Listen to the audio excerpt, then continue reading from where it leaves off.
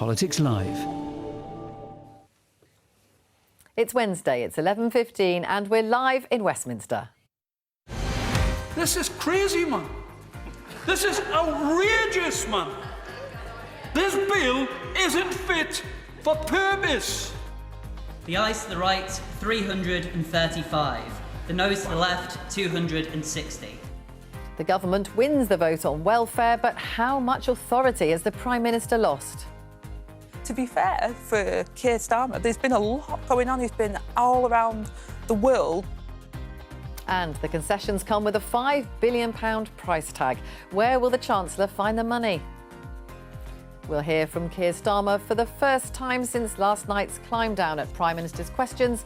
We'll bring you that live at noon. And I'll be asking a government minister how the Prime Minister re-establishes authority over his party. Also today... You want to go to UK? Yeah, I Why? want to go to UK because they are kindness people, very nice life, and Nice life. nice life, nice country, nice people.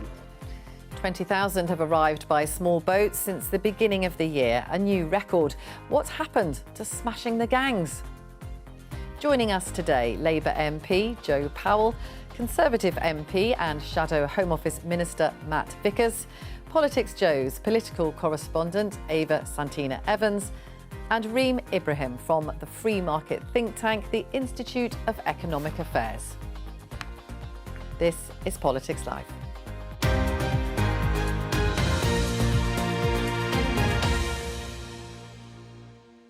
So let's start by looking at a graph which shows the prediction, the forecast for spending on health and disability benefits over the next few years. You can see here that it shows spending rising to more than £75 billion a year by 2030. So, Joe, do you think it's actually possible to cut this welfare bill or even desirable? It's absolutely still the objective of the government to reduce the welfare bill in the medium and long term. What was set out now is a sequencing to get there. So starting with the support to get people back to work, so employment support, removing reassessments, increasing universal credit standard allowance, so we reduce that incentive to claim incapacity, and then in parallel, looking at the assessment for personalised independence plans with disabled groups, so we can come to a pragmatic decision about what sustainably we can afford to spend on the personal independence payment, so it's there for people that most need it, and that will come in next year. So we now have a coherent plan going forward. I mean, it's not a coherent plan, is it, given that the savings you were hoping to make now don't exist? Economists say there will now be no savings. Well, the economists don't factor in what can happen with people going back to work. So there's a big investment, £3.5 billion, in supporting people to get back to work. The OBR, in their assessments, don't actually assess that. So there will be additional savings from that part of the package. But of course, the decision yesterday will have a fiscal impact. There's no doubt about that. And you can't spend the same money twice. So that will have to be accounted for in the budget later this year.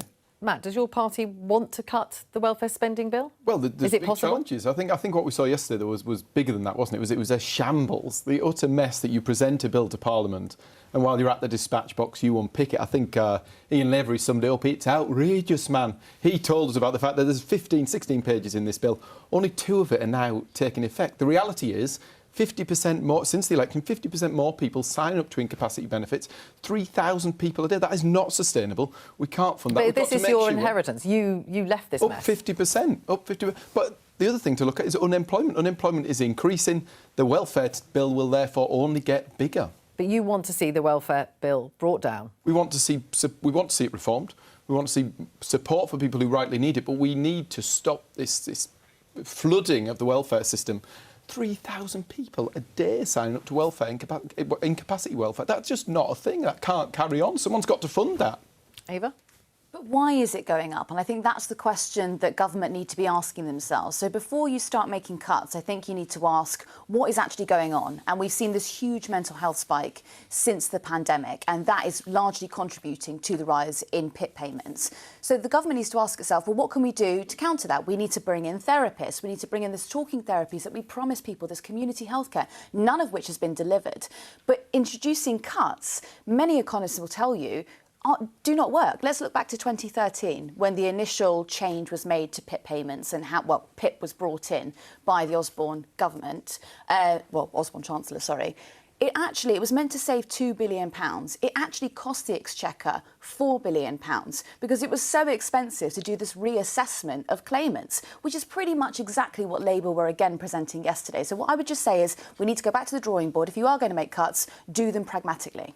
It's about economic incentives, right? When you have huge amounts of money being spent on those particularly individual people, I think we've got to look at it from that perspective. If you can then be on out-of-work benefits and also be in receipt of PIP, you can earn more than the minimum wage. So what is the incentive for those people to go back into work? And I think, yes, the bill is absolutely important. It's important to talk about the taxpayer money that's being spent on this. But it's also a waste of human potential. There are millions of people across the country being consigned to a lifetime of worklessness. There was an NHS Confederation report that found that between 2021 and 2022, 63,000 people went from being economically inactive because they were students to then immediately being economically inactive because they were on long-term sickness benefits. This is a disgrace. This is outrageous. It's not a disgrace, but why did that happen? You know, what was the cause and effect of that? Because of what you said. A lot of it is increases in mental health and mental illnesses. There are people that are claiming out-of-work benefits because they have acne, because they have various different ailments that they believe is the case, and it is ultimately the system. I don't blame those particular people. I blame the system that incentivises them to stay at home. Let's speak now to Henry Zeffman, our chief political correspondent, who has been assessing the mood. And, well, what is the mood in Number 10 and also amongst Labour MPs, Henry? Well, let's start with MPs. I've just hot-footed it here from Parliament. I was sitting at a table and someone from the Labour Party sat down next to me and said, "It feels like someone has died." I think that gives you a fair reflection of how bleak the mood is among many, though not all Labour MPs, because, of course, lots of Labour MPs wanted to gut this legislation and successfully made the government do so. In terms of Number 10 more generally, it's also pretty dark, but I think there is also a sort of sense this morning that, OK, that was that. Keir Starmer is coming up to just his first anniversary. The next general election's not going to be for 4 years or so, and so the question now is, what do they do to try to turn things around? And in terms of his authority, and there's no getting away from the fact that that has been damaged, I mean, what can he do about that? How can he restore that in the near term? I think he'll struggle to in the near term. I think he's now thinking about the medium term, really. I mean, I think there's a few different things that have become apparent in the last week that actually have been problems, clearly, that have been simmering for the last year. So he is, I'm sure, going to spend more time now in the House of Commons voting, because unlike previous Prime Ministers, he spent almost no time even voting. And voting in the House of Commons is a sociable act because you actually walk through what's called a division lobby, and therefore it's an opportunity for more junior MPs to feel like the Prime Minister knows and cares about them, even if actually, you know, probably they usually don't. So I think that is an important thing that the Prime Minister will try to do more of, try to do more engaging his colleagues, but he'll start doing so with a mood in both directions, by the way, which is completely acrid. I mean, I was speaking to someone in government last night who was talking specifically about members of the 2024 intake, i.e. ones who were elected with Keir Starmer as their leader, who had rebelled or threatened to rebel. And they said this: what did they think the job was? They all think they're JFK because they delivered some leaflets while Morgan McSweeney won them the election. I think clearly the temperature needs to reduce between both sides over the next few days, otherwise the mood's only going to get bleaker. OK, Henry, thank you very much indeed. We talked about the mood there. Well, the mood in the Commons yesterday at times was actually pretty emotional. Let's take a listen to some of the extracts from the speeches that some MPs made. These Dickensian cuts belong to a different era and a different party. They are far from what this Labour Party is for, a party to protect the poor, as is my purpose. For I am my brother's keeper. These are my constituents, my neighbours, my community, my responsibility, and I cannot cross by on the other side. For one, let alone for the 150,000 who will be pushed further into poverty. These benches, both sides of the House, have people who have huge talent and experience. We are not just message replicators. We are not just voting fodder. There is talent, knowledge and expertise in this House which government would do well to harness. It's easy to get into a bunker, and government's hard. I've been a government minister. It's, you get lots to do. You never have a minute to yourself, but listening and engaging is absolutely vital and makes better policy. I am now one of the only visible, physically disabled members of Parliament. I am proud that our manifesto committed to championing the rights of disabled people and the principle of working with disabled people to ensure our views and voices are at the heart of all we do.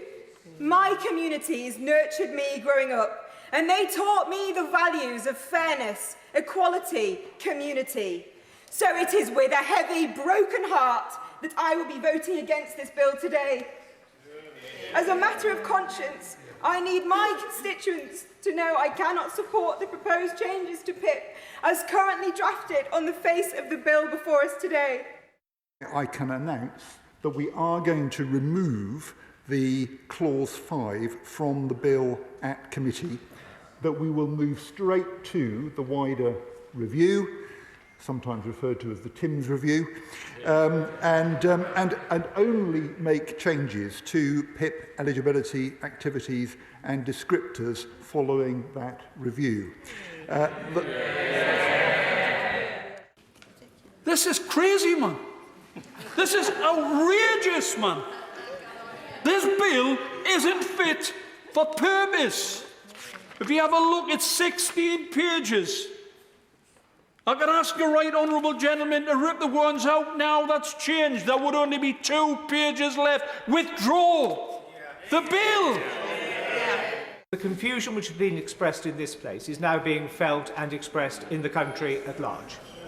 I have never seen a bill butchered and filleted by their own sponsoring ministers in such a cack-handed way. Nobody can understand the purpose of this bill now. In the interests of fairness, simplicity and natural justice, is it not best to withdraw it, redraft it and start again? Joe, the Prime Minister has completely misread this, hasn't he? He's had to... Didn't basically... And we're just going to cross over to Keir Starmer, who's leaving number 10 Downing Street for Prime Minister's questions. A little bit of a shout there. I presume that question was probably about welfare. It's the first time he's done Prime Minister's questions for a couple of weeks because he's been on trips abroad to summits and the like, but I'm sure he's delighted to be back in the House of Commons later. We will be bringing you all of that live at midday, of course. Joe, the Prime Minister, let's talk about him and his authority. I mean, he has misread this situation completely. His MPs, they're not up for this. They weren't up for this at all. Well, in a democracy, people have a voice if they're elected to Parliament, and government should listen and adapt their plans. He should have listened before he tried to bring this in, surely. Well, it's a process. And you know, some people will, like I have, had meetings with ministers about this and given their view privately. Other people have signed amendments and spoken very powerfully in the chamber, as you showed yesterday, including my colleague Marie, who's an amazing campaigner on these issues. And that is the process of democracy and listening and adapting.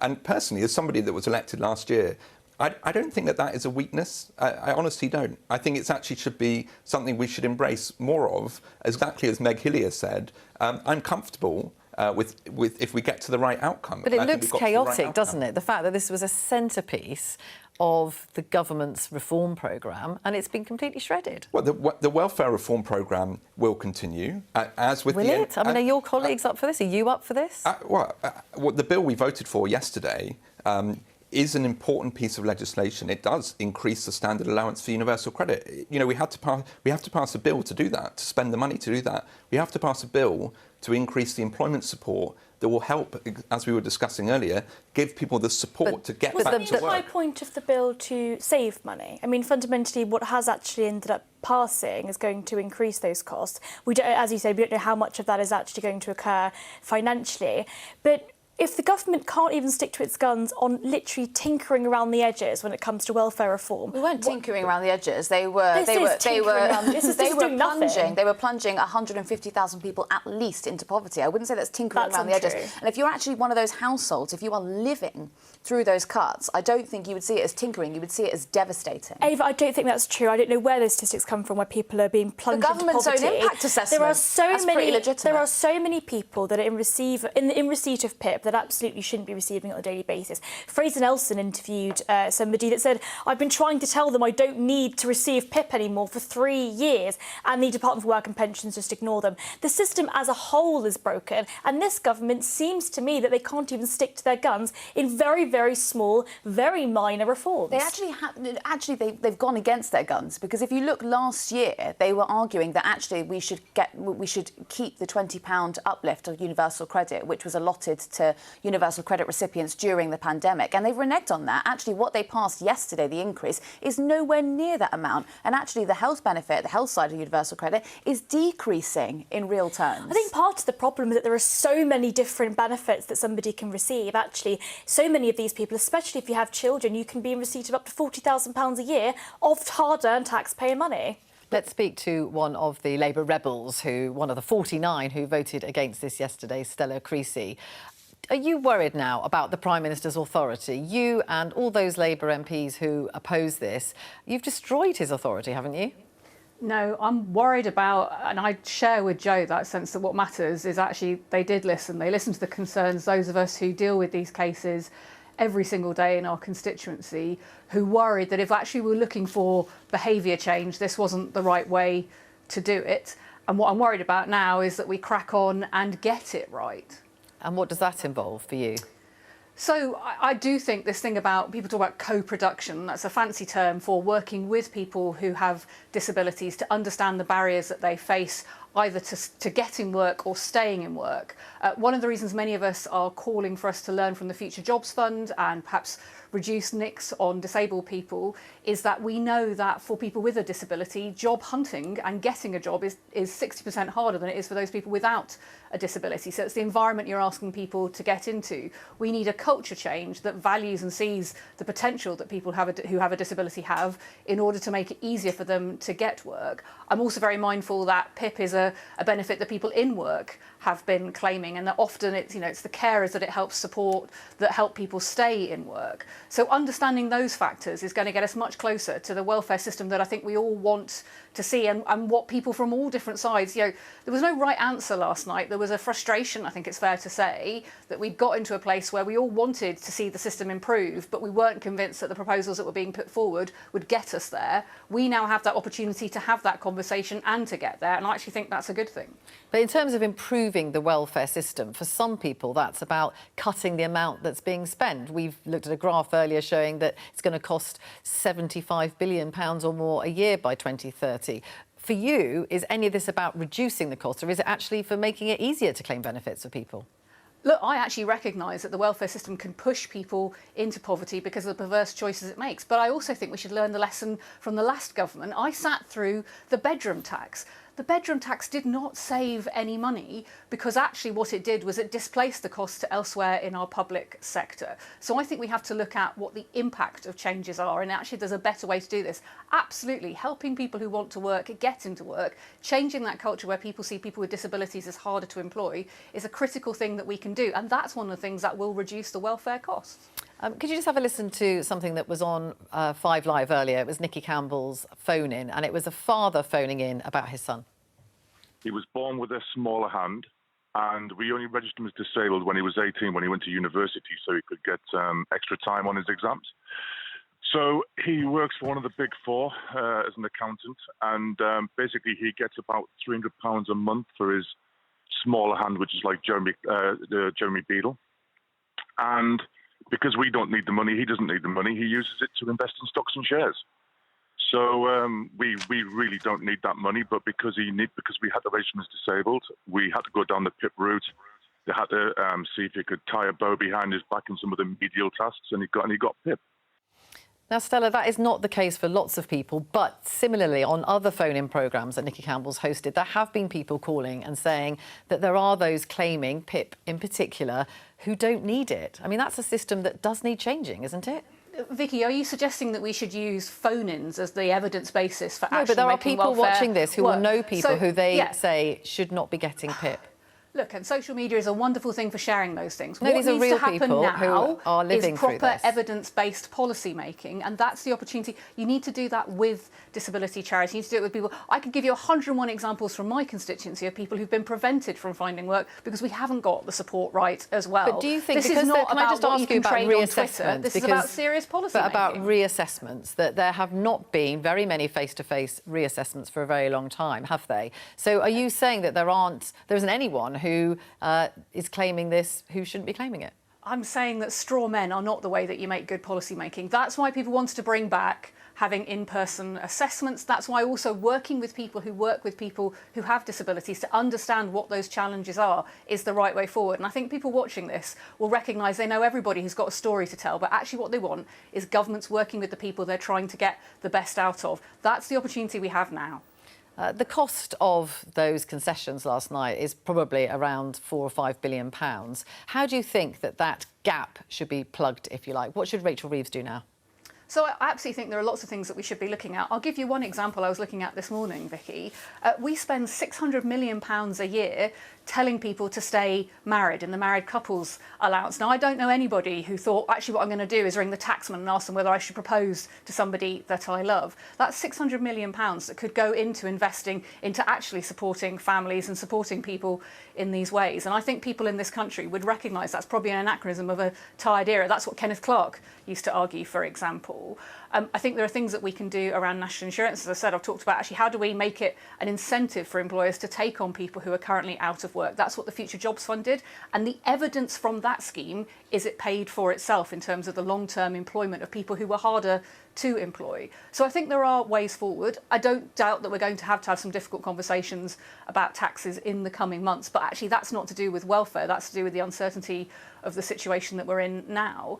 The point, I think, from yesterday, and the point I pay tribute to all my colleagues, because actually people wanted to get this right and they wanted to speak up and say, look, I'm seeing this, I don't think this is going to work, is having those conversations about why we're in government and the choices that we need to make in order to get this country back on its feet. But will you really and those others who did vote against this, will you be selling the message on the doorsteps when taxes, most people think inevitably, will have to go up in the budget? I'll be selling the message that investing in each other is the best way that A, we get costs down and outputs out, because that's what the last government didn't do, and I saw the consequences of that. And what we are dealing with now is not just fixing the mess that they created, but actually getting ourselves to a point where you have a welfare state that supports people, actually supports people to get the best out of each other for the benefit of all. That's the mission of a Labour government, and that's what all of us are here to do. But do you think there will be some in your constituency, working people paying taxes, who might think, I don't want to pay more taxes to pay for this? I don't think that's the question that you're asking. I think the question you're asking is, will people support the choices made last night, and do people see that things are tough? Of course it's tough. We've got a cost of living crisis. What I'm concerned about is getting costs down for them, because there's too many people who have too much month at the end of their money. But things like the married couples allowance, things like the higher rate allowance, it's not right that people like me got a tax cut under the last government. There are things that actually we could do that will help more people at the front line, and those are the things I think that we should be talking about now. Do you think Rachel Reeves's rules should be loosened so that she doesn't have to put up taxes? I think Rachel has an impossible job listening to all of us, but I think actually those are the conversations that we're going to be having now with her, and I think she's very receptive because she wants to get this right too. Have you spoken to Rachel Reeves about the trouble you might have caused now? 24 hours, no, because the focus in the last 24 hours was about what was being proposed with the welfare reform legislation. And for me, I was concerned to make sure that we have primary legislation, because actually that's how we know the rules are effective. When it comes to Rachel Reeves, we've talked about the Prime Minister's authority, but this is not the first U-turn that she's been forced into, is it? The winter fuel allowance. Are you frustrated about the approach that's been taken by the Chancellor? No, and I know it's easy for people to turn everything into a psychodrama. Well, it's not a psychodrama. I mean, a lot of the decisions she's made have turned out to be rather problematic for the government. You're asking me to turn this into a personality contest rather than how do we get the policy right. What I'm very focused on is how do we get the policy right. And as a humble backbencher, my job is to feed in what I'm seeing in my local constituency and try and be part of finding those solutions. It's not about appointing blame, it's about what happens next. So that includes people in Downing Street. People have talked about regime change, about some of the Prime Minister's advisers. You don't think there need to be any changes? I think what we need to do is learn from this situation that actually having ways to have these conversations earlier in the policy-making process is a more productive thing to do.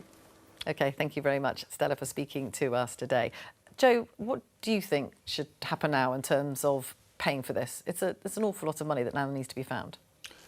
Well, the Chancellor will have to do that in the budget. That's where you make decisions on tax and spend, and she'll do that in the autumn. So, obviously, as Pat McFadden was saying this morning, this will have a fiscal impact, and that fiscal impact will have to be accounted for.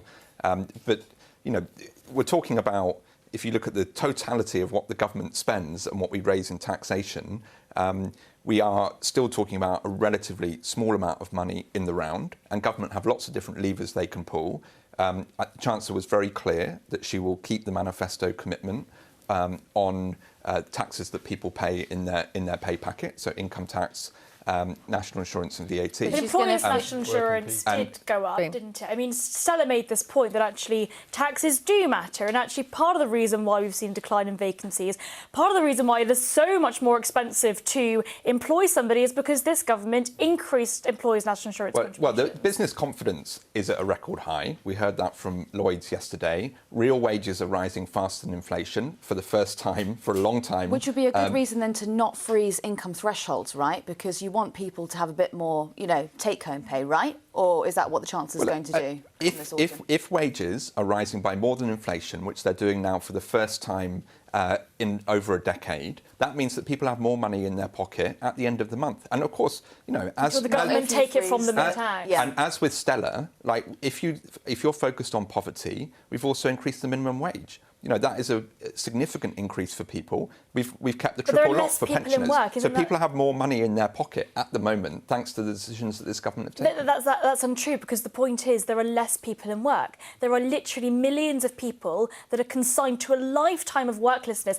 It's fantastic that real wages are growing. When we're thinking about this in the wider context of the economy, when there are literally 1/10 of adults on long-term sickness benefits, the labour market is broken. We cannot sit here and say the government increasing employers' national insurance contributions is somehow going to make things any better. It is absolutely a tax on working people, because this is the difference between the impact of tax and the incidence of tax. I think what you're making the incidence is on working people. What you're making the case for is exactly why we need to do welfare reform in terms of what the job centres provide. But this government haven't been able to do it. Well, that was in the bill we voted. You turned on winter fuel payments, you turned on this. The bill we voted for last night includes a record investment in supporting people into work. Spending more money. Let's talk about the wider economy. Helen Miller joins us now from the Institute for Fiscal Studies. And Helen, just to lay out for us, will there be any savings now from this government bill?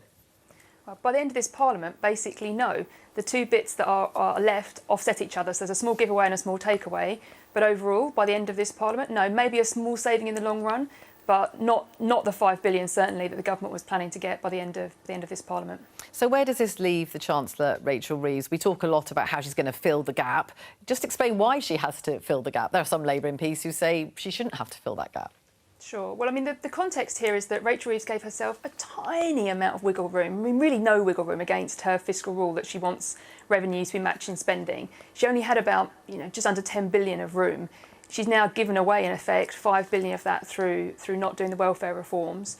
There was money we're now not going to raise through changing winter fuel payments. So basically that wiggle room has gone. Now, she could get lucky. Growth could surprise on the upside. But she could also get unlucky. The OBR could hand her a downgrade in her growth forecast, which means not only does she need to find money to cover the welfare costs, the welfare reform she's now not doing, but also would need to find money to fill the wider hole that will open up if the forecast is worse. And she has said that she won't raise income tax, she won't raise national insurance or VAT. So if she is going to do something, what options is she left with? Not very many, honestly. I mean, in some sense, there's always tons of ways to raise taxes, but also think about corporation tax. She said she doesn't want to raise the main rate of that. Business rates, the government wants to reform but not raise additional revenue from. Once you've taken out the big three taxes, the other bigger taxes, you're actually not left with, you're left with lots of taxes but not very much tax base. So you could change inheritance tax. We saw that was difficult with the farmers. You could change capital gains tax. They already increased it a little bit. There's not very much money there. I mean, you're going to have to do, either you're going to have to break a pledge and increase a big tax, or you're going to have to do lots and lots and lots of little things which you can do but are quite hard. Quite a lot of those Labour MPs who voted against this yesterday have, sat here in this studio and talked about a wealth tax being the answer. Is that an option?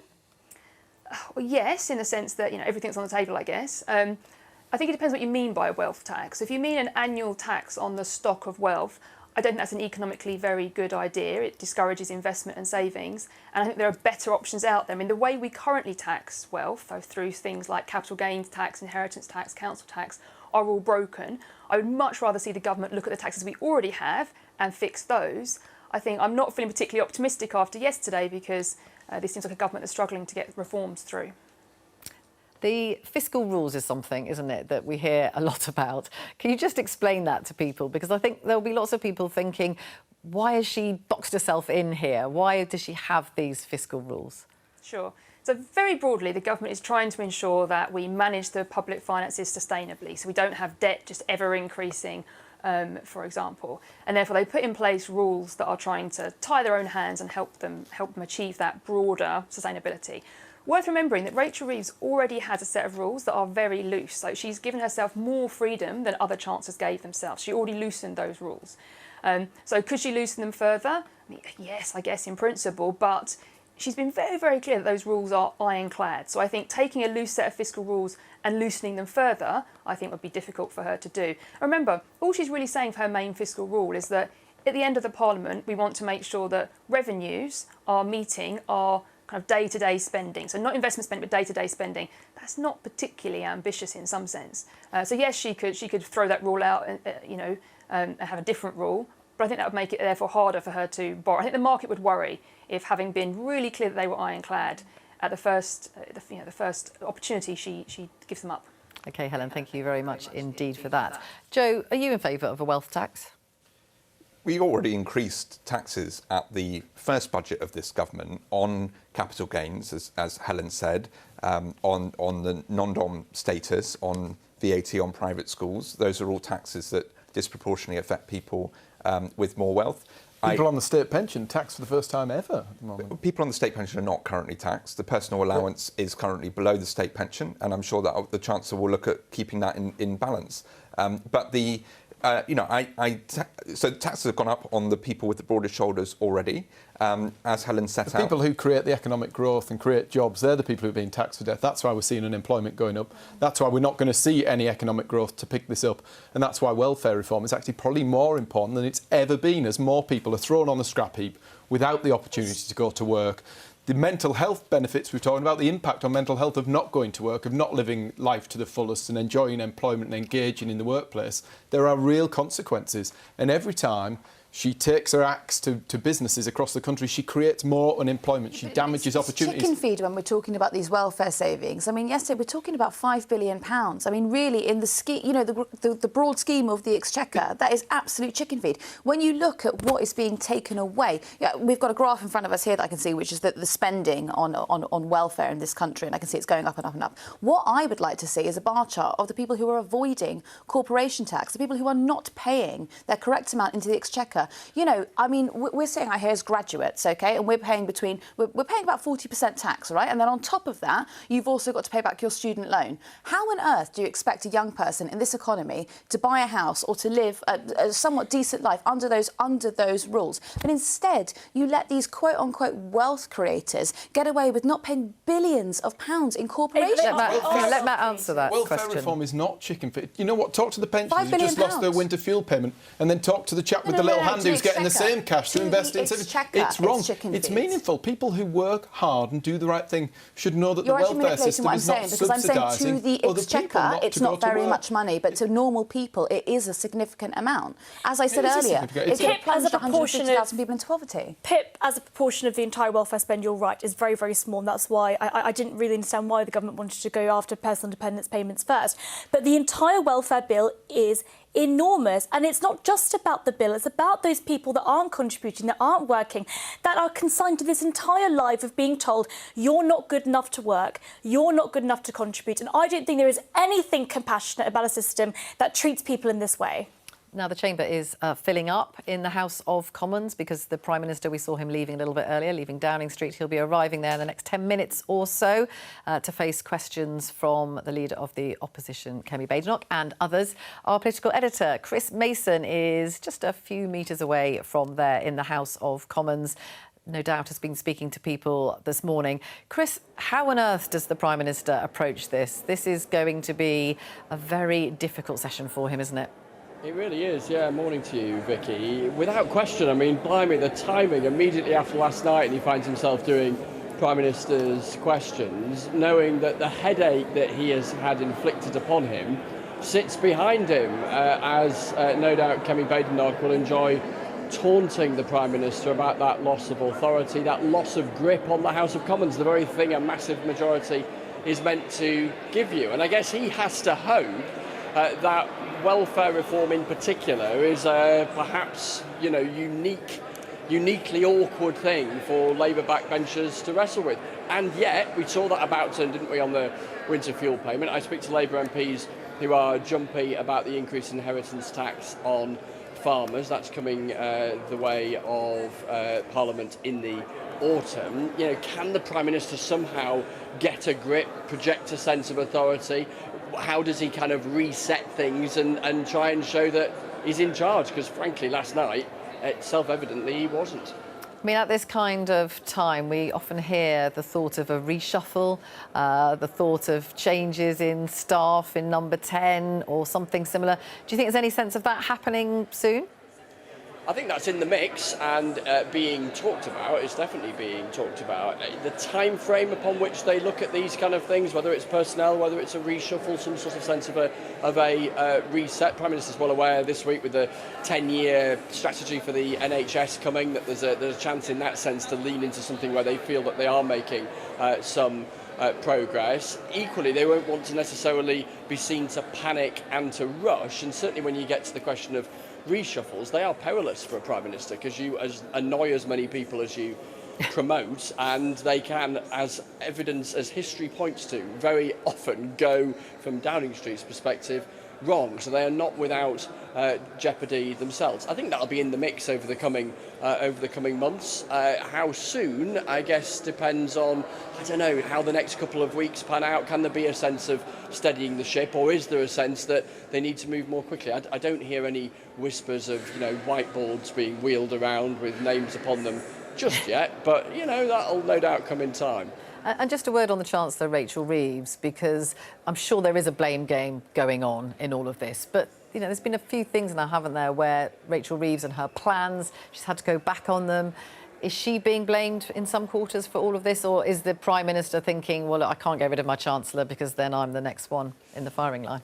That's the logic, I think, isn't it, from number 10's perspective so often in this kind of situation. And the Prime Minister and the Chancellor were the kind of core team, the duopoly, if you like, at the top of the Labour Party in opposition in trying to make an argument about being seen to be economically credible. So often Labour's Achilles heel in opposition. I mean, who would be Chancellor right now? The dilemmas, the trade-offs, huge already. And then for Rachel Reeves now confronting, you know, billions of pounds worth of holes in her plans, trying to patch them up between now and the autumn. Now, there are Labour MPs who really don't like those self-imposed fiscal rules that she's got, the whole approach to the management of the economy. You speak to people in the Treasury and they say, look, we have got to be credible, we have got to be realistic, and that involves really difficult trade-offs, and some Labour MPs, frankly, need a lesson in those trade-offs, is the view I hear coming out of government. It's all very well, people say privately, you know, opposing stuff as they might see it rather willy-nilly because that's an easy thing for a backbencher to do. So goes the argument. It's not actually that easy to oppose the whip and be willing to stand up in public and say so. But what about the trade-offs those in government have to face? That's the argument you hear coming out from those in government, which again gets you back to the fact that the Prime Minister somehow has to bind his party back together again after this sort of spectacular and very public falling out. Thank you very much, Chris. We will be bringing all the action from the House of Commons live at around noon today.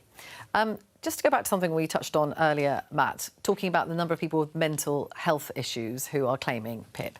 I mean, your party talks about making huge savings in the welfare bill. Do you think there are people who are claiming these benefits who shouldn't be? There are people in the who benefit, well, who need the welfare system. It's there as a safety net. That's what it's there for. That's what it should be about. We'd be better able to help those people if we went through a more meaningful reform to welfare toughening. That inevitably you've means seen us taking it away from some people, though, doesn't it? And taking people are some of very the reluctant we to heard talk about about people with the details. acne, people with obesity, getting sort of 3,000 people a day sign up to But incapacity how benefits. do you find that them? It's can't all happen. very well and good, isn't it, to say we've got to cut the welfare bill, but how do you do it? Do you know how expensive that is? I would significantly... Do you know how expensive that is? They spent £4 billion, I told you, £4 billion doing reassessments to get people onto PIP payments in 2013. That is the entire saving that had been made up if yesterday's bill You're had right gone in the short term, through. but then how much are we then spending on those people in the long term when they're actually There are receiving always it? going to be people who There need are to be people- reassessed. There are always going to be new assessments, new people who want to qualify for it. The cost doesn't end there. I don't think somebody saying over the phone, I have depression, I don't want to work, should be allowed to take hard-earned taxpayer money and sit at home. Not just because it's unfair for taxpayers, but is it also really because that it's not simple? good for Are we them. oversimplifying the process? Because the way that it's reported to me when I interview people who are eligible for these PIP payments is that it's a very gruelling process and actually it's very undignified. I don't think it is as easy as just ringing up and saying, can I have a bit of cash? I think what we have seen is that there are definitely people that do need these payments and do need the support, and there are absolutely people that don't. I mean, we heard on Nikki Campbell's show somebody saying they use their PIP payments for spending it on stocks, investing in stocks and shares. That happens. Is that an anomaly or what is that? Well, this is the point. We don't know. That's why they need to be assessed in person. That's the point. We need to Well, I know would who agree these being people assessed are, in person, what yeah. they actually need. And I'm sorry, but any measure that says a quarter of the population is disabled is not a measure worth listening to. Joe, do you think that people need to be now reassessed in person? Because it has pretty much come to a halt since COVID. I think that is part of the answer, but also to stop reassessing people that don't need to be reassessed because they will always need that support, which is also a huge waste of time and mental effort and all the rest for the people that go under those reassessments. But going back to what we were talking about, tomorrow we'll lay out the 10-year plan for the NHS.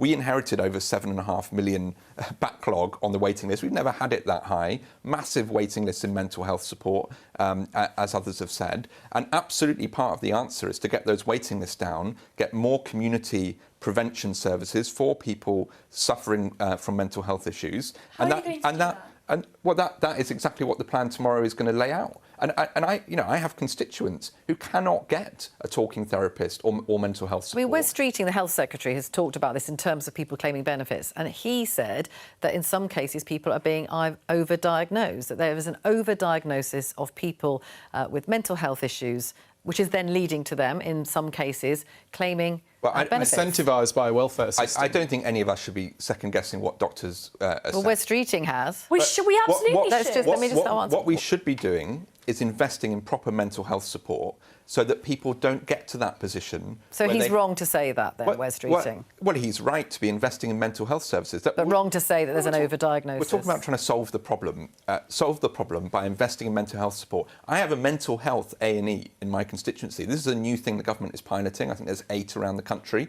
And it is showing really good results from people who can go and get a quick prescription, they can go and get some advice and support that otherwise they might have waited months and months to get. Those are the sorts of ideas that will actually tackle the root of this problem rather than trying to deal with the symptoms. Then why not do that first? Why not do that before you then start proposing welfare cuts to these people? Because, you know, if God forbid, if someone is extraordinarily ill, if they have extreme depression and they've got nowhere that they can turn to, the only thing that they've got is a little stipend from the government, what are they meant to do in the interim while you're working all of these problems out? Well, as the government have said, anyone that is currently claiming those benefits is not going to be affected by these changes. So that buys time to do the investment in the sorts of things I'm talking about. But you see how they got it backwards, right? You see how you can see that the bill yesterday was presented too early, because if you haven't got all of those checks and balances in place that you're talking about, it seems ridiculous to make the cuts. But part of it is also the economic incentive, right? The fact that when you are in out-of-work benefits and you're receiving PIP, you can earn more than the minimum wage.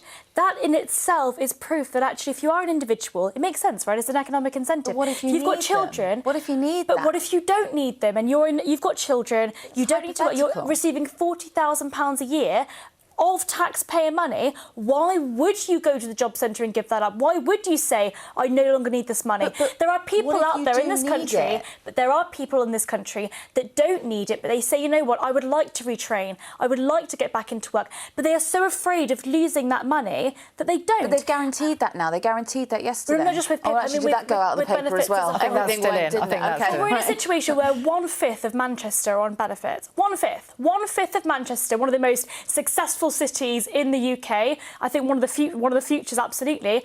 And a fifth of the population, the adult population, not including children or pensioners, 1/5 are on out-of-work benefits. That Joe, is a disgrace. can you just come back on that? Well, we inherited a system with loads of people who want to work not having the support they need to work. And one of the things we haven't talked about, which is also in the welfare reform package, is working with employers to provide those adaptations. I've got lots of people who say to me they would jobs tax. Well, they say to me, I would point. like to work if the employer could account for my fluctuating conditions, for example, which lots of people have, and that's a very serious issue if you want to go to work.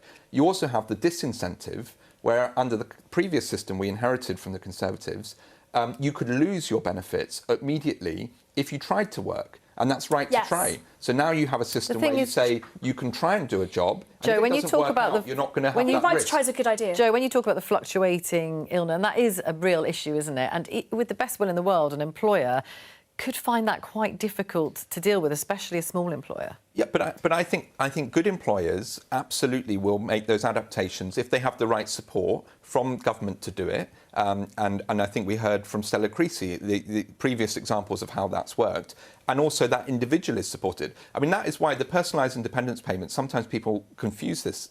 It's actually supporting some people to work if they need that support. 80% don't work. But that is an important group of people who that is actually playing an important part in them playing a There's playing also a the role. regulations. I mean, the Employment Rights Bill are going to make it so much more difficult for employees to take on those people. So that the Employment Rights Bill will hurt those vulnerable people. Sometimes I think you won't be happy. Sometimes I think you won't be happy until we've got absolutely zero rights at work and no one's allowed to claim any welfare at all. It's a negotiation between employees and employees. The Employment Rights Bill, the jobs tax, the increase in national insurance contributions, all of these things make it more difficult for employees to take on any of these vulnerable people. Most businesses businesses do. The people who run these businesses want to be responsible employees. They want employees who enjoy their work. Actually, all of these things that are being dumped on them, whether it be the changes to small business rates that are battering small businesses in leisure, hospitality and retail, whether it be the jobs tax that means young people aren't getting those opportunities, the guy who you're going to employ, we can't do that because it costs significantly more.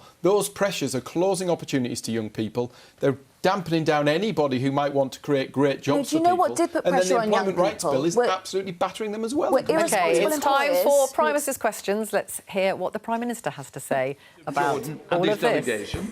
We now come to Prime Minister's questions. Paul Ward. Question number one, Mr. Speaker. Prime Minister. Thank you, Mr. Speaker.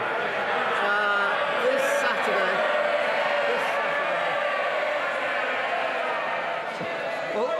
OK, there seems to be a bit of a challenge on who can cheer the most. I've never known one Prime Minister get as much cheering. Come on, Prime Minister. I think they were cheering more, Mr. Speaker. Quite right, too. This Saturday marks the 77th birthday of our National Health Service. And I want to begin by thanking our dedicated NHS staff for their service. And in that 77th year, I'm proud that this Labour government has delivered 4 million extra appointments, 1,700 more GPs, and the lowest waiting list for 2 years. Mr. Speaker, the Labour Party is proud to have been the party that created the NHS, and tomorrow we're announcing our 10-year health plan to build an NHS fit for the future so that in many years and decades to come, we can still proudly celebrate the anniversary of the NHS. Mr. Speaker, may I also wish England and Wales the best of luck in the Women's Euros. And, of course, congratulate England's under-21s on retaining the Euros. Mr. Speaker, this morning I had meetings with ministerial colleagues and others. In addition to my duties in this House, I shall have further such meetings later today. Thank you, Mr. Speaker. When this Labour government extended free school meals to 500,000 more children last month, Laura, a working mum in Rochdale, told me it would save her £500 a year. She said, "I'm over the moon, only Labour would have done this." Does the Prime Minister agree with me that people voted Labour a year ago not just for change but for hope, and that cutting child poverty is the moral mission of this government to help every child in this country? Mr. Speaker, I'm really proud that we extended free school meals for another 500,000 children, including Laura's. And it's people like Laura that we have in our mind's eye and giving children the best start in life. And I think the Child Poverty Task Force visited Rochdale recently and will continue to back parents like Laura. But, Mr. Speaker, we've already started not just free school meals being rolled out, free breakfast clubs, extending childcare. That's real change under this Labour government. Leader of the Opposition, Kemi Badenoch. Mr. Speaker, can I first of all take this opportunity to congratulate the member for Rochdale for being the toady of the week, helping the Prime Minister. We all know it's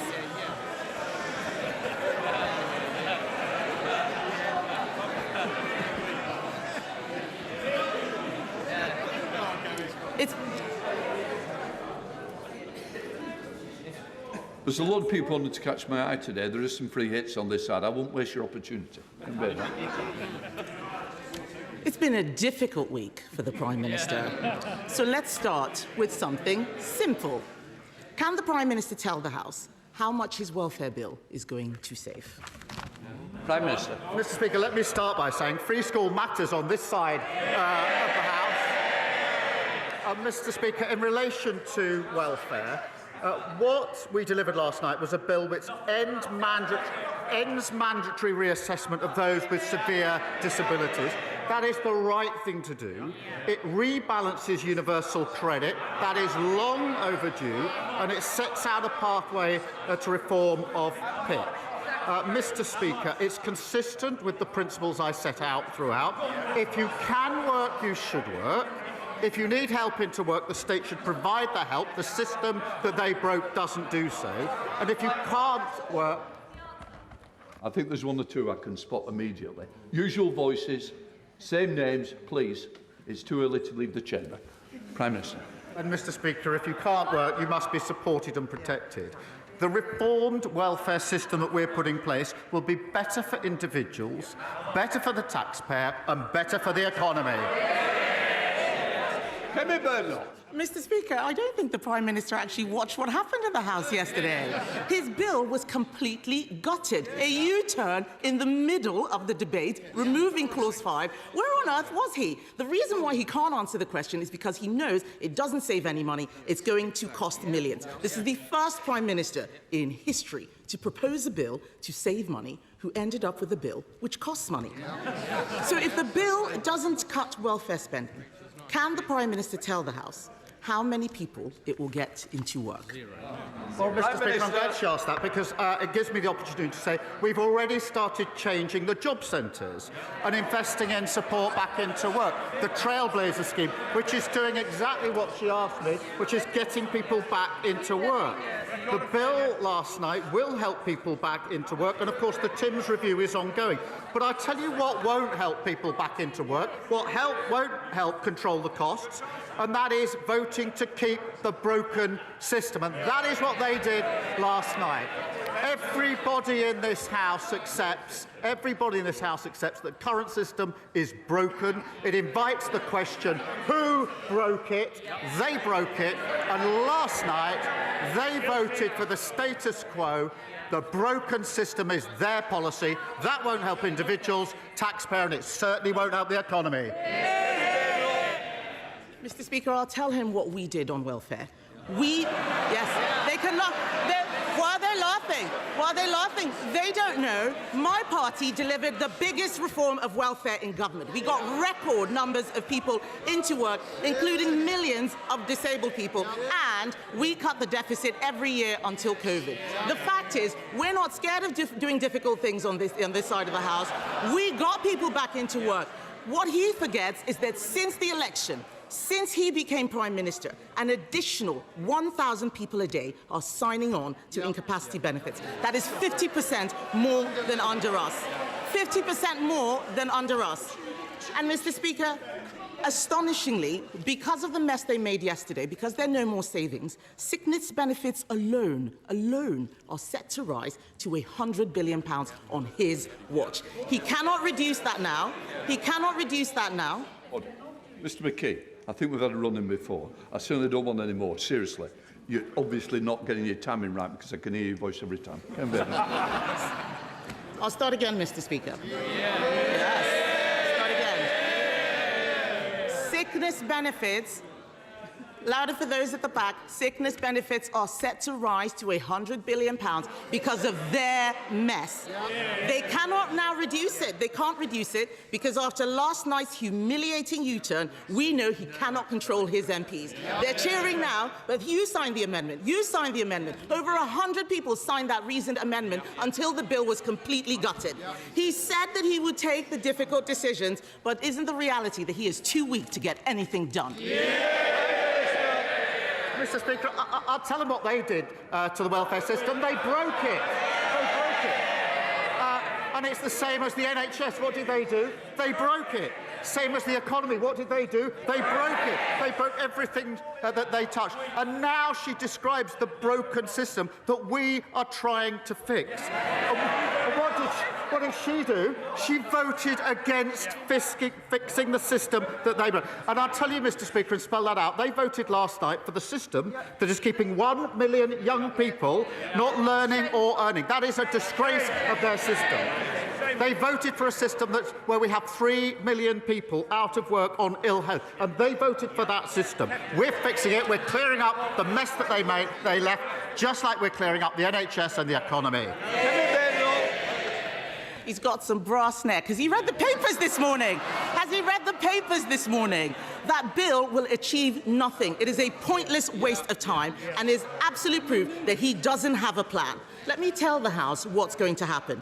In November, the Chancellor is going to put up our taxes to pay for his incompetence. We on this side of the House know that you can't tax your way to growth. But people out there are frightened. People out there... Yes. These are the same people who cheered when they talked about the NI rise and the jobs tax. Why are they complaining now? People out there are frightened. Can he, Mr. Speaker, can he reassure them by ruling out tax rises in the autumn budget? Prime Minister.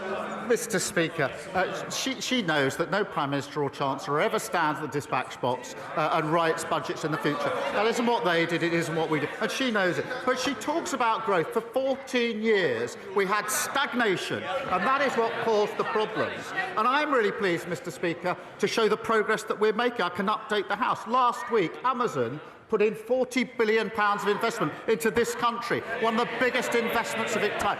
That brought the inward investment to £120 billion in the first year of this Labour government.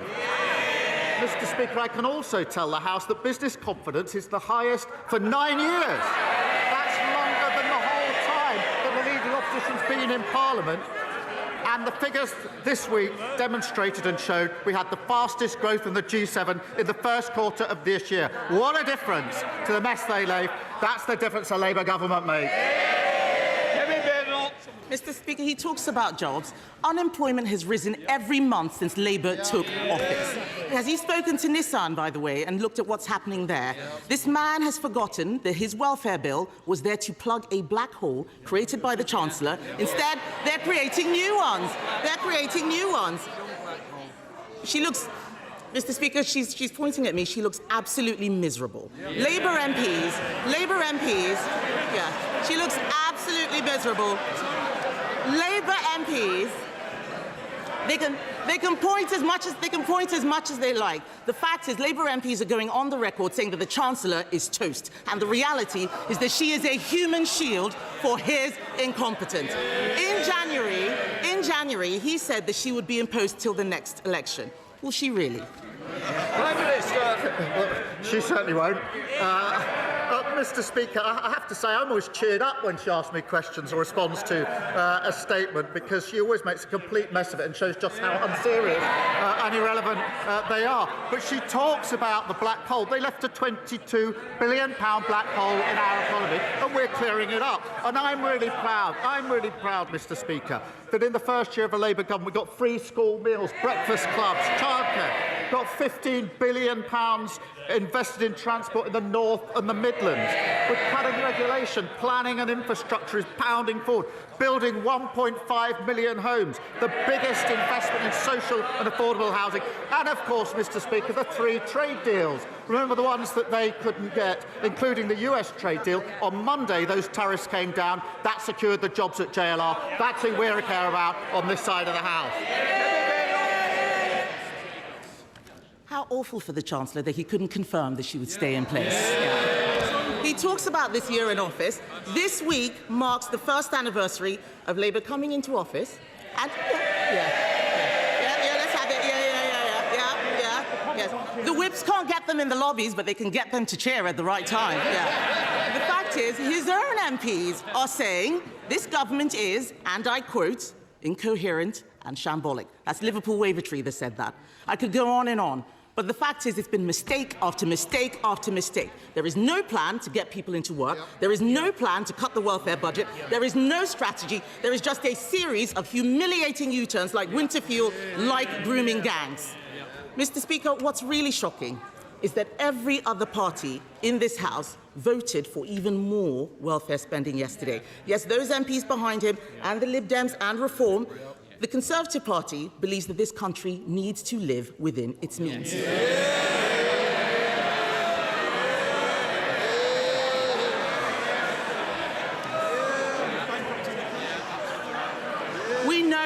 We know what we believe, Mr. Speaker, but this is a Prime Minister who has U-turned on everything he's done in office, including his own speeches, because he doesn't know what he believes. With left-wing Labour MPs now running the government, isn't it working people who will now pay the price? Mr. Speaker, this is why she always cheers me up. She talks about living within their means, having left a £22 billion black hole. Mr. Speaker, she talks about the first year. I'm really proud of our first year in government. We promised, Mr. Speaker, 2 million extra NHS appointments. We've delivered 4 million. A promise made and a promise delivered. We promised the biggest upgrade to workers' rights in a generation within the first 100 days. Promise made, promise delivered. We promised free breakfast clubs. That's a promise made and a promise delivered. Banning bonuses for water bosses who pollute our rivers. That's the mess they left. A promise made and a promise delivered. Creating GB Energy. A promise made and a promise delivered. The largest increase in defence spending since the last Labour government. A promise made and a promise delivered. And putting more money in the pockets of working people, particularly the 3 million who are the lowest paid through the national minimum wage. A promise made and a promise delivered. We're only getting started, and the Chancellor has led on all these issues, and we're grateful to her for it. Natasha Iron. Thank you, Mr. Speaker. Mr. Speaker, unlike the members opposite, this government has not dragged its feet in banning zombie knives, ninja-style swords, and its effort to tackle knife crime. And in Croydon, where youth violence has cast a devastating shadow across our communities, our local police is running a surrender scheme this month to get these dangerous weapons off our streets. So will the Prime Minister join me in commending the tireless work of Croydon's police officers? And will he outline what his government is doing to ensure the Met Police has the resources it needs both to protect neighbourhood policing and to face the unique challenges that they face? Prime Minister. Well, she's right to raise the importance of banning these despicable weapons, and I know how much she cares about this issue. The ban on zombie knives and machetes came into effect last year, and the ban on ninja swords will come into effect this August. The Crime and Policing Bill will increase penalties for illegal sales and give the police new powers to seize knives. Mr. Speaker, I have to say this. What did the party opposite do when we put that bill before the House to take these measures? They voted against it. And knife crime went up, soared on their watch, and they've clearly learned absolutely nothing. Sir Ed David, Leader of the Liberal Democrats. Thank you, Mr. Speaker. Yesterday, the government was asking this House to vote for a law that would mean someone with a condition like Parkinson's or multiple sclerosis would qualify for a personal independence payment today, but someone diagnosed with the same condition, with the very same symptoms, in a few months' time would not. We all know that the cost of welfare needs to come down, but that was not a fair way to do it. Until he lost control yesterday, the Prime Minister was arguing for that approach. Has he changed his mind on this or not? Prime Minister. Mr. Speaker, the Stephen Timms review will take place. It's a very important review to look into this issue. But what we did do last night was end mandatory reassessments for those with severe disabilities. I thought that he and his party cared about things like that. It's the right thing to do, and they voted, Mr. Speaker, against it. We rebalanced universal credit, long overdue. I think he believes that. But what did he do last night? He voted against it. We set out a pathway to reform PIP, something he argues for every week. And what did he do when he had the chance? He voted against it. Sir Ed Davey. Mr. Speaker, the House and his backbenchers will note that he didn't answer my question. Moreover, if he looked at our proposals for welfare reform, for cutting down the bill, he wouldn't be in the mess that he's in. But moving on, Mr. Speaker, from Hillsborough to Grenfell, Primados to Horizon, the contaminated blood scandal to nuclear test veterans, the bereaved and survivors of some of our country's most appalling scandals have come together to call for a legal duty of candour and the secondary duty needed to make it practical and effective for investigations and inquiries. Now they're frightened that the government is watering down these proposals to such an extent that they would be toothless. So after months of delay, can the Prime Minister reassure campaigners that his Hillsborough law will include a real legal duty of candour as he promised? Prime Minister. Yes, it will. And as he may know, I've known some of the families from Hillsborough for many years now. I met them over a decade ago and know exactly what they have been through, and the various other groups that have suffered similar injustices with similar follow-up, which is an additional injustice on top of the original injustice. And that's why we will bring forward a Hillsborough law. It's a commitment I've made. I have been talking to the families in recent weeks personally myself to make sure that we get this right, and it is important that we get it right, but it will have a legal duty of candour. Kim Johnson. Thank you, Mr. Speaker. Follow-on question. The Prime Minister visited my constituency in 2022 and told families, and I quote, "One of my first acts will be to put the Hillsborough law on the statute book." Repeated the same promise at conference last year that the bill would be published at the anniversary in April. That didn't happen. However, the government are now planning to table a watered-down version that doesn't deserve to be named Hillsborough law. After PMQs, my honourable friend, the member for Liverpool West Derby, will introduce the real Hillsborough law. So can the Prime Minister finally honour his promise and back the law in full? If not, why not? Prime Minister. I'm grateful to her for raising this and remember well the visit that we had. This is a really serious issue, Mr. Speaker. It is important that we get it right. I am fully committed to introducing a Hillsborough law, including a legal duty of candour for public servants and criminal sanctions for those that refuse to comply. It is important we get it right. I have been personally engaging with some of the families on this because, as I say, I've been involved and seen firsthand what they've been through for over 10 years. I first met them when I was Director of Public Prosecutions and there was a consideration of what order certain things would happen.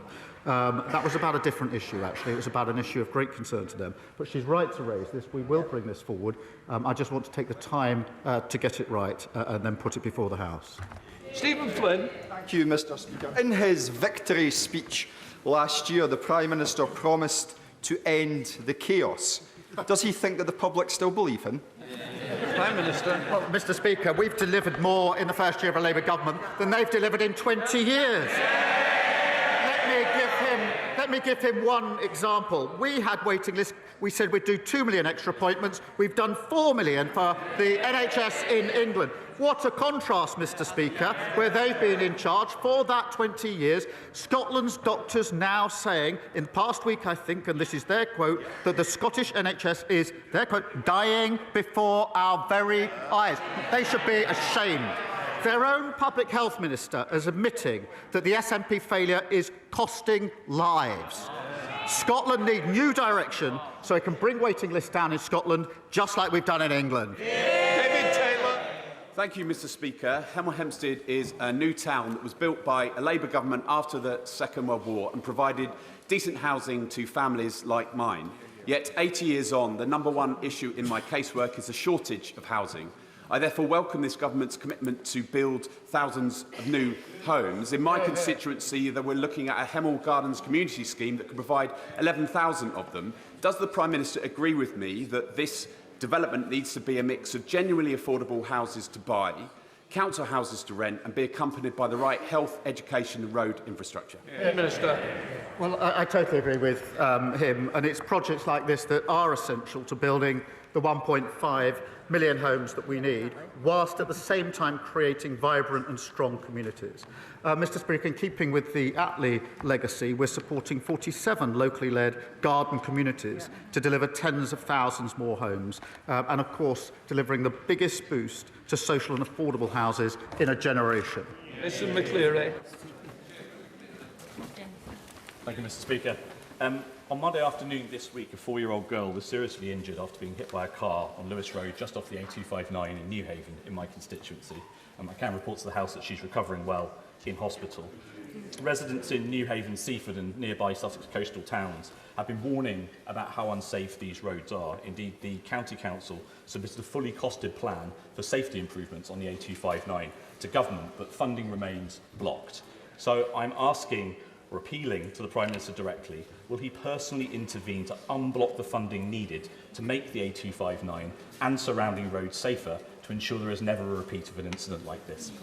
Prime Minister. Well, I'm very sorry to hear of the incident that he quotes, and my sympathies with the family, and I think I would send the best wishes of the whole House to the family and to the little girl. He speaks about this A259. I do hear a lot about this road because it runs through the constituency of my honourable friend for Brighton, Kemp Down and Peacehaven. And I know it needs addressing, and I know how strongly they've both been raising this and campaigning on it. A decision is going to be set out shortly. I think he has met the Roads Minister, but I'll make sure that he's kept fully updated of developments. Olivia Bailey. Thank you, Mr. Speaker. I am proud to represent thousands of people working in the defence sector. Ordinary people doing extraordinary jobs to keep our country safe. And I was delighted that the Defence Secretary recently joined me in my constituency to mark this government's £15 billion investment in the atomic weapons establishment. Does the Prime Minister agree with me that our commitment to defence sector investment is vital not just for our national security, but for jobs, opportunity and growth in constituencies like Reading West and Mid-Berkshire? Prime Minister. Well, I pay tribute to her, and she's a fantastic advocate for her constituents. She's right to highlight the important work by the defence sector in her constituency and, of course, right across the United Kingdom. We are investing £15 billion in our sovereign nuclear warhead programme. That will support, Mr. Speaker, nearly 10,000 jobs, including many in her constituency. And that's the defence dividend in action, a historic boost to defence spending, represented and reflected in good, well-paid jobs across the United Kingdom. Adrian Ramsey. Thank you, Mr. Speaker. Given that the government appears to be in listening mode, will the Prime Minister agree to scrap other measures that are pushing more people into poverty, such as the cruel two-child benefit cap and the harsh and totally unacceptable cuts to universal credit for ill and disabled people, which remain in yesterday's dog's breakfast of a bill? Prime Minister. Well, Mr. Speaker, I don't want to be ungenerous, but I don't think I'm going to be listening to him or his party. They were the ones that put an £80 billion unfunded tax commitment before the electorate of the last election. And they're the ones that talk about change and clean power, but every single time there's an infrastructure project or there's any change that's needed, they block it, including in their own constituencies. Joe White. Thank you, Mr. Speaker. Whilst we all revere the football stars of the past, many are struggling with welfare issues, including organised financial fraud and head injuries linked to the onset of dementia. May I give the Prime Minister this letter on player welfare from 303 former players Local champions like John Stiles and international superstars including Kevin Keegan and Graham Souness have signed it. Would he agree to request to meet a group of ex-players as cited in the recent letter to the Prime Minister from one of his heroes, Michael Thomas, who of course shone when he played for Arsenal and Liverpool? Prime Minister. Can I just start by congratulating Dawn Assel on her recent and richly deserved MBE for her work on behalf of former players. I do remember Michael Thomas very well, putting that goal in injury time, Mr. Speaker, in 1989 to take the lead. It was a fantastic victory. I have had the pleasure of meeting him and actually discussing with him the very campaign that she raises. I'll certainly meet him again, because athletes have brought us so much joy. We should have proper support from their sporting bodies on health and welfare, and we will ensure that they do. Steph Aquarell. Thank you, Mr. Speaker, and I refer members to my role as a serving county councillor. Mr. Speaker, July is Good Care Month, and Jane Austen told us the best place for convalescence by the sea is Cromer in my constituency. However, thanks to Norfolk's Conservative County Council, Cromer risks losing its convalescence facility forever. Reablement centres like Benjamin Court are exactly what the NHS needs, and yet the Tories are shutting it down. Will the Prime Minister ensure that the relevant Health Minister meets with me and concerned local campaigners to discuss what could be done to save Benjamin Court? Prime Minister. Well, I thank you for raising this important issue, and decisions around services are matters for the Integrated Care Board, and that means they're taken locally, obviously. But I'm glad that he's raised this, because we agree that the sector does need reform, and unlike the party opposite, we're investing in the sector £4 billion of additional funding alongside an independent commission into adult social care to improve the quality of care across the United Kingdom, including for his constituents. Martin Rhodes. Mr. Speaker, figures from the British Transport Police show a staggering 47% rise in violence and serious public order offences against rail staff between 2021 and 2024. This epidemic of violence was allowed to escalate under the previous Conservative government, which failed to act while frontline workers were increasingly put at risk. Does the Prime Minister agree that our transport workers deserve to do their jobs without fear, and will he reaffirm this Labour government's commitment to ensuring that train operating companies are held fully accountable for protecting those who keep our railways safe and moving? Prime Minister. There are shocking statistics, and rail staff work incredibly hard to keep our country running and keep people safe, and the abuse and assault on staff is utterly unacceptable. And we're taking measures to make sure they are safer. We want to encourage, Mr. Speaker, the use of body-worn cameras, which have been proven to reduce violence against staff by up to 47%. And may I take this opportunity to thank our outstanding British Transport Police for everything that they do to support staff and passengers. Parliamentary Ross. This time a year ago, farmers and many others across the country were about to go to the polls, perhaps about to vote Labour for the first time, because they took at the Prime Minister's own word that he and his party would never leave farmers in the background again. Within weeks, however, that trust had been completely shattered by the family farm tax. Farmers know how devastating that tax will be. The industry know how devastating it will be. We on these benches know how devastating it will be, and more of his own backbenchers do too. So following the U-turn on the winter fuel payments, and following the U-turn on grooming gangs, and following the many U-turns on welfare payments yesterday, will the Prime Minister now tell farmers up and down the country when it will be their turn for a U-turn and that he will scrap the family farm tax? This time a year ago, the country was lining up to boot them out of office. And long may they remain there. Mr. Speaker, we put in place the most significant funding for farmers in the budget. We've got a roadmap for work for farmers that we're working on. And, of course, where they fail to actually spend the money, we're spending it with farmers. Charlotte Littles. Thank you, Mr. Speaker. The nuclear industry provides over 29,000 jobs across the North West, including thousands in Birchwood Park in my constituency, which is a globally leading centre of nuclear innovation. I welcome the government's new modern industrial strategy, which will give businesses the confidence to invest after years of economic chaos under the last government. Can the PM outline how the industrial strategy will support the growth of the nuclear sector, which is vital for our energy security and creating thousands more high-paid, high-skilled and unionised jobs? Prime Minister. She's a champion of nuclear, and I know how important it is to thousands of her constituents. Mr. Speaker, we are securing homegrown energy and driving bills down by unleashing a golden age of nuclear. And that includes Sizewell C, which we announced just 2 or 3 weeks ago, small modular reactors, and that means jobs, investment and opportunities across the country, including in her constituency. Julia Collins. Thank you, Mr. Speaker. The rush changes to the welfare bill not only left Parliament with whiplash, but more importantly, have left many vulnerable people living in limbo, like Chris or Emma in my constituency, who were set to lose PIP that they rely on for work. And Chris has already lost a vital carer through all of this uncertainty. It is not right that in a society, vulnerable people have to be worried about what the government will do next. Does the Prime Minister understand that this has eroded trust at a time when we need it most? Prime Minister.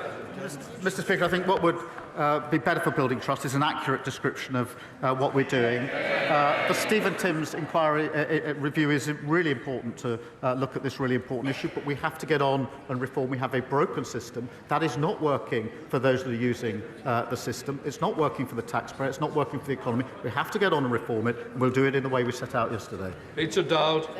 Thank you, Mr. Speaker. May I pay tribute to veterans of the Royal Naval Association Crosby branch who are in the gallery today.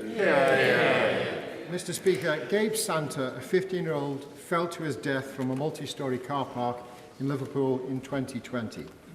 He is one of the many dying in such tragic circumstances, including in my constituency. My multi-storey car park safety bill seeks to prevent such deaths. Will the government look carefully at its contents as part of a national suicide prevention strategy? Minister. The answer is yes, we will look at the content of it, and I'm grateful to him for raising it.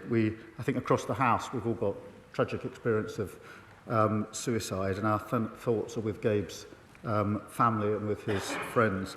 We will conduct a call for evidence on Part K of the building regulations about minimum guarding heights, so that necessary protections are in place to prevent future tragedies. We will also look at the contents of the bill. Dame Karen Bradley. Thank you very much. Prime Minister, people across the Staffordshire Moorlands are extremely concerned by the number of solar farms and battery storage facilities that are having applications granted. Can you please, Prime Minister, give them some reassurance that you will change the law and that we will see good agricultural land saved for producing food as it rightly should be? Prime Minister. Mr. Speaker, it's right that we do both and do support agriculture, but she says people across the country are concerned about solar. They are also concerned about their bills coming down. They went up under the last government. The only way to get them down is on renewables, and that's what we're doing. Final question, Jessica Warden. Thank you very much, Mr. Speaker. This morning in Westminster Hall, Centenary Action presented sashes handmade by a team of wonderful women working out of Newport's remake to every one of our 264 women MPs to mark today's 97th anniversary of the Equal Franchise Act. Will the Prime Minister join me in welcoming this initiative, which celebrates the contribution women make in public life? And although we now have a record number of women MPs, does he agree we must ensure we continue to break down barriers for women on our way to achieving the mission of a gender-equal Parliament? Can I, through her, thank the women in her constituency for their hard work on this initiative, and having 264 women MPs is a really significant progress in this House. I'm incredibly proud that at the last election we saw 100 new female Labour MPs elected, meaning the number of female MPs in the Labour Party is now at a record high. And on the 97th anniversary of the Equal Franchise Act, it should be a source of great pride to the House that we have a record number of female members. That completes Prime Minister's questions. So that brings us to the end of Prime Minister's questions, and no real surprise that the questions from the Leader of the Opposition, Kemi Badenoch, focusing on the government's U-turn on their welfare plans. Let's introduce my panel for this part of the programme. I'm joined by Nick Thomas Symonds, who is the Paymaster General, and his opposite number for the Tories, Richard Holden. And, of course, our chief political correspondent, Henry Zeffman, is also with us today. And I think, Henry, can say that an open goal probably for Kemi Badenoch today, given everything that's happened over the last few days with the welfare reforms and big U-turns by the government. Yes, open goal, and I think Kemi Badenoch scored it, as most opposition leaders would have done. Look, I think we should say before we go on, we watch the same feed of Prime Minister's questions as people at home have been watching, and people will have seen that sitting next to the Prime Minister was a Chancellor who was visibly very upset. Our colleagues in the chamber are saying that on several occasions tears were apparent on her face. Now, politicians are human beings like all of us.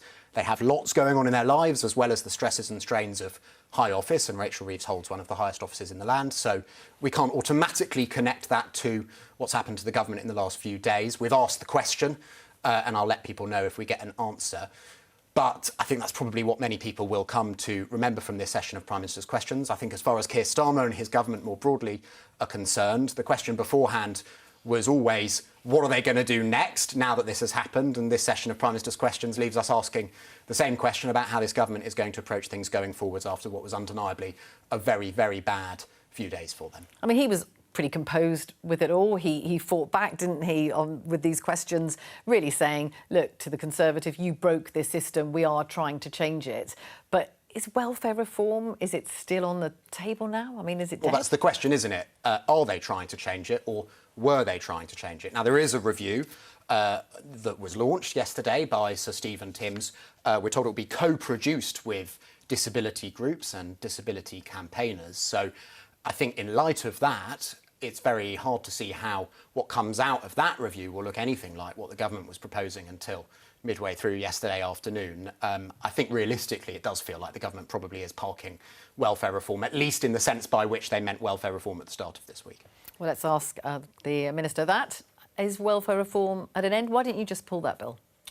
Well, because it contains very important elements of welfare reform that are now going to proceed through the House and were voted through the House of Commons last night. So, for example, the rebalancing of universal credit, the increase in the standard allowance of universal credit, the investment, really £1 billion in employment support for people to be able to go back into work, the introduction of a right to try, which means that people can actually try out work, and if it doesn't work out, they're not in fear of losing the support they previously had. Also, the ending of that constant undignified reassessment process for those with severe lifelong disabilities. So, and alongside that, we will now have, Stephen Timms, who's someone who's very, very respected across parties, has deep experience of welfare and indeed welfare reform. He will proceed with his review, but that will now be taken forward. And those really you can't get away from the fact that part of this was about saving money. Night. £5 billion this was going to save, and economists now saying it won't save anything. Well, look, I do accept there is a cost to recent days, but I would also suggest that there is a case and a moral case to reform welfare. We've had a situation that we inherited. We've got 1 in 8 young people who are not earning or learning. We've got nearly 3 million people who are unable at the moment to work. That's why we're investing as we are in the National Health Service. A lot of the political parties do agree on this, but your Labour colleagues, a lot of them, don't seem to agree. When you talk to welfare reform, when you talk to them about it, they don't say that that involves cutting any money. They want to spend more, some of them. Well, I think if you look at the last week, there is certainly an agreement on changing the broken system that we inherited. I don't think, and I've spoken to a number of MPs over the last week, there's certainly agreement around that. There is agreement around the principle that where people who want to work but need support to do so should get that support to go back into work. There's also agreement around the principle that those with severe lifelong conditions shouldn't have to go through that undignified process of reassessment. So there is that broad agreement that is there, and that's precisely what we will be But the personal independence payments, which is, it's not an out-of-work benefit, so there are lots of people who are working who are on it. That's disappeared from this bill completely. And it's on the face of the bill. It says it's PIP. It's not even in there anymore, is it? The Prime Minister has totally misread this, hasn't he? Well, on the issue... In terms of what Labour MPs were willing to do. Well, on the issue of personal independence payments, it is correct to say that what the government is going to do is, yes, to remove, I think it's Clause 5 from the bill, and then to have the TIMS review. It will be co-produced with different groups, different charities that offer support to disabled people up and down the country. But realistically, they, with the best will, they're not going to say that should be taken away from people, are they? And Labour MPs don't think that either. But it is about looking at the assessment process, which has remained the same for, what is it, the last 10 years. And there's been not very many face-to-face assessments. Do you think they should be brought back? There's an issue as well, yes, around how the assessments take place. I think that's absolutely right. And that is why we will have this wide-ranging review. It will be published in the latter part of next year. But it's also important to listen and to take people with you on this journey, and that is precisely what has happened in recent days. But obviously if that had been done earlier, there wouldn't have been this problem. You've got to admit it looked pretty chaotic. A second reading of a bill which is really at the centre of a lot of the government's plans, and it was being slashed to pieces in real time in the House of Commons. Look, I accept that there was an urgency to reform the system, and as a consequence of that, I do accept we've moved too quickly. I understand that. But what this is about now is looking forward. It is about accepting the need for reform and moving forward now with that reform. But also, yes, taking people with us, taking parliamentary colleagues with us, but also ensuring that the review is co-produced. And that's crucial. Richard, your party talks about reform and welfare reform and talks about saving £12 billion. But every time I've asked someone sitting in that seat how you're going to do it and who might lose out, I don't get an answer. Can you help me out here? We've set out our principles on which we would have worked with the government on this legislation, which is the legislation would have to have no tax rises as part of it in the November budget, and it'd have to see a reduction in the cost of welfare and a reduction in the number of people on welfare. It's quite clear now from this legislation... But you knew the government was never going to agree to that about taxes. No government, your government, previous government, would never have done that.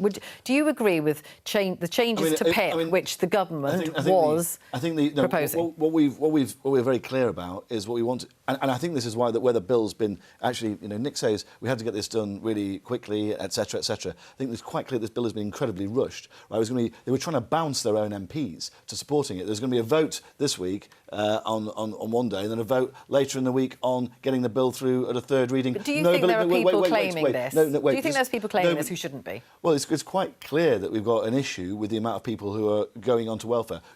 Before the pandemic, we saw a real reduction in the number of people on welfare. We saw loads more people getting into work. The pandemic threw up some really strong challenges on that. And we were already doing some significant changes around doctors' notes and things like that before the election. Obviously, we need to go further on a lot of that because we need to get the welfare bill under control. But that means some people will lose out. We would be, well, no one's willing to tell me who. I want to see people back into work. One of the biggest issues is since the election is the increase of the national insurance tax. Now, that's particularly hitting lower paid workers, it's particularly hitting part-time workers, it's particularly hitting people getting their first job, because it's really hammering but a lot of these other people, but they weren't in work. They weren't in work before. Well, so how would you incentivise people? Than we did at the general election. How would you incentivise people to go back to work? Well, the first thing we do is we don't tax their employers for employing them. Yeah, but they weren't in work before, so that how would you have done it then? This is partly your legacy, isn't it? No, I think that's not true. A lot of these people were clearly in work, and now they're not in work. I want to see more people off welfare into work more generally. Don't disagree on that. But any savings in the welfare budget you would get by getting people back to work. That's it. There are no savings from this bill. But do you think there are people claiming PIP now who shouldn't be getting it? There are clearly people broadly on welfare who could be either working more or could require less support than they're getting at the moment. Do you agree with that? Do you think there are people who shouldn't be on these benefits? Well, when the Department for Work and Pensions were looking at this in the run to put in the reforms forward, they actually discovered many people actually who wanted to work if they were given the appropriate support. And that's one of the things that this bill does, with a significant investment in the support. But personal independence payments don't matter if it doesn't matter if you work or not, does it?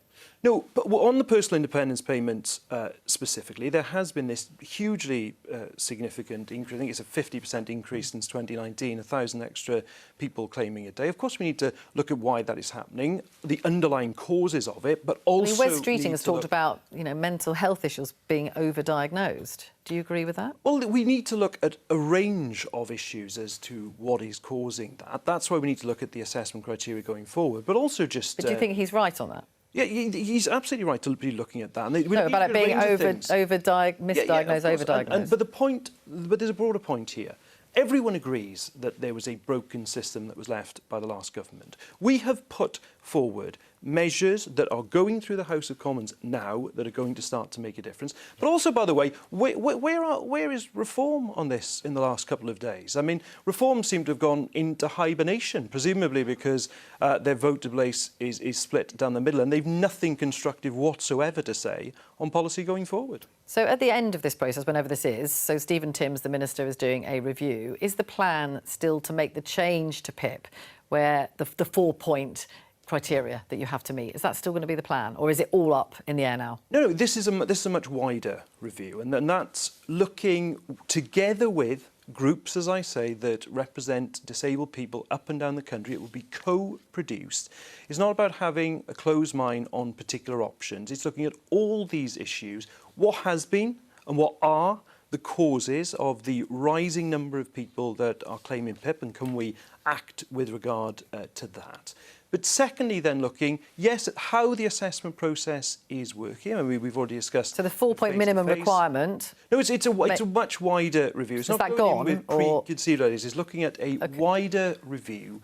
And I think that is hugely important. It's important because we understand this issue, we are listening, and we're taking the time to get it right. Nick's doing a very good job at now trying to explain why Labour are in favour of welfare reform. The truth is, this was rushed in the first place because this number was plucked out of from the Treasury. He said to the DWP, go and save £5 billion a year in order to make the books balance for the budget later this year. It's quite clear that Labour now have a real problem with around £7 billion of extra taxes or they're going to have to raise, or they're going to have to borrow the money, or they're going to have to cut spending elsewhere. I think when you're seeing U-turns on the hoof, like we saw yesterday, billions of pounds just ripped out of legislation on the floor of the House with no real proper consideration of what that's going to mean, I think we're seeing a government with real issues now, with its own backbenchers. A massive majority, but huge numbers of them voted, either didn't support the government yesterday or voted against. And with that on the table, I think we're staring down the barrel of real questions for business across the country, thinking, where is this tax going to come from? They weren't expecting the national insurance rise last year. Now they're staring down the barrel of more tax rises. Nick, taxes are going to go up now, aren't they? Look, I'm not going to write a budget in October, November on the show today. That'll obviously be a matter for the Chancellor, but we made manifesto pledges in the general election around income tax, VAT, and obviously around national insurance. Do you prefer more borrowing to fill that gap? Those manifesto pledges stand. I'm not writing the budget. There'll be other things that will happen, obviously world events between now and the autumn, so that would be extremely unwise to do. But what we will do is move forward from here. There is agreement the system needs reform, and that is the journey we will continue on. And the fiscal rules, so-called, mean that this hole does need to be filled, doesn't it? What are the options?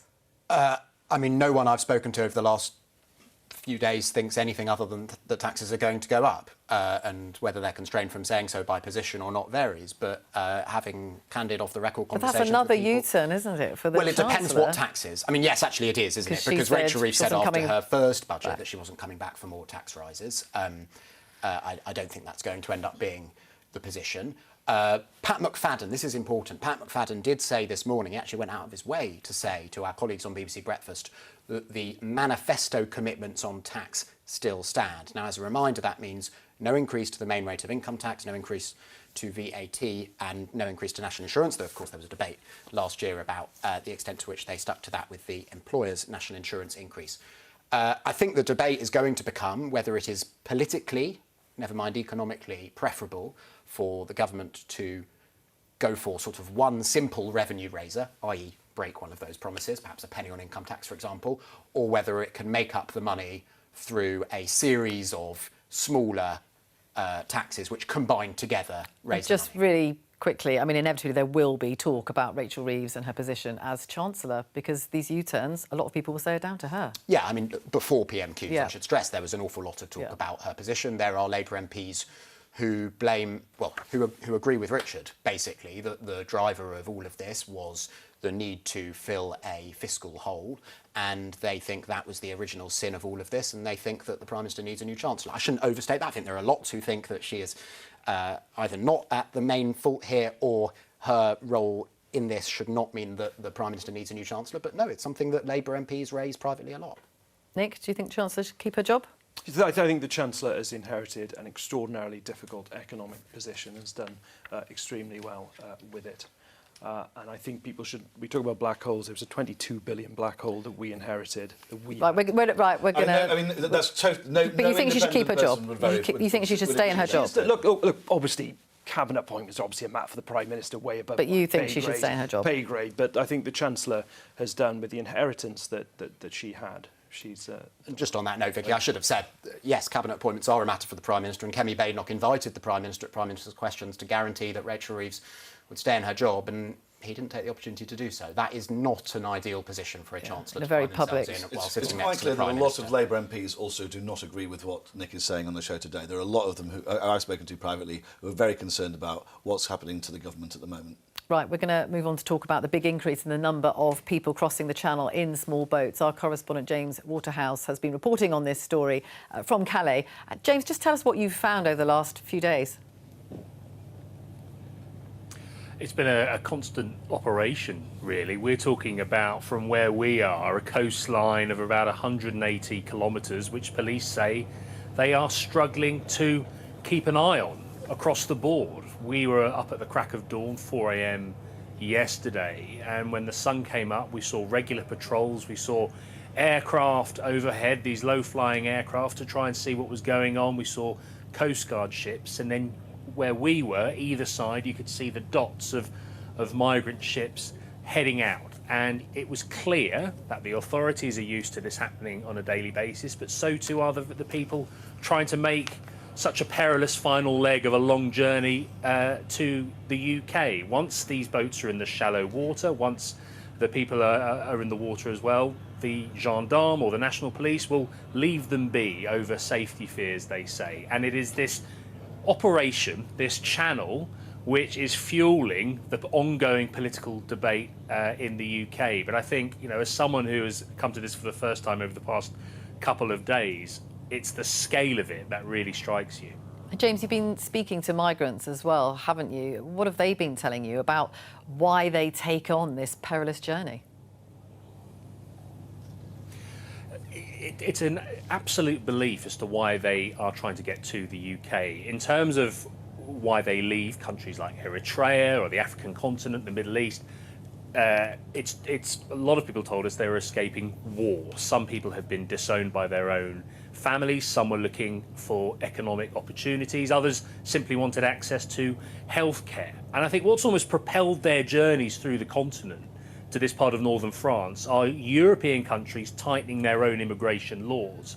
And so a lot of people were saying, look, we're fed up with Europe, it's meant to be as one, a place of opportunity, and they still see the UK as being somewhere where they can make a real go of it. And of course, ministers just across the channel here are trying to do the same. But at the moment, clearly, it is seen as somewhere where they can make a real go of it. People want to be reunited with their families.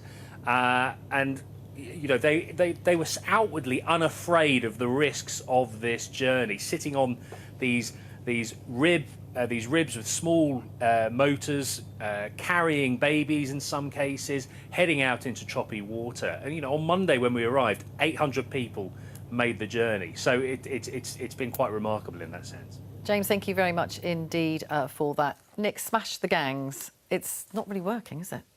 Well, we've prevented, I think, 11,000 people from crossing the channel. There's been around 600 boats that have been seized. I was in Bulgaria only 2 weeks ago seeing the work. I mean, that may seem like quite a distance away, but actually, when you look at the people smuggling routes, that's another really important border that we are working on internationally. We've also put in place the Border Security Command. But I absolutely recognise that there is more, significantly more, that we need to do. The small boat crossings in the first half of this year are up almost 50%.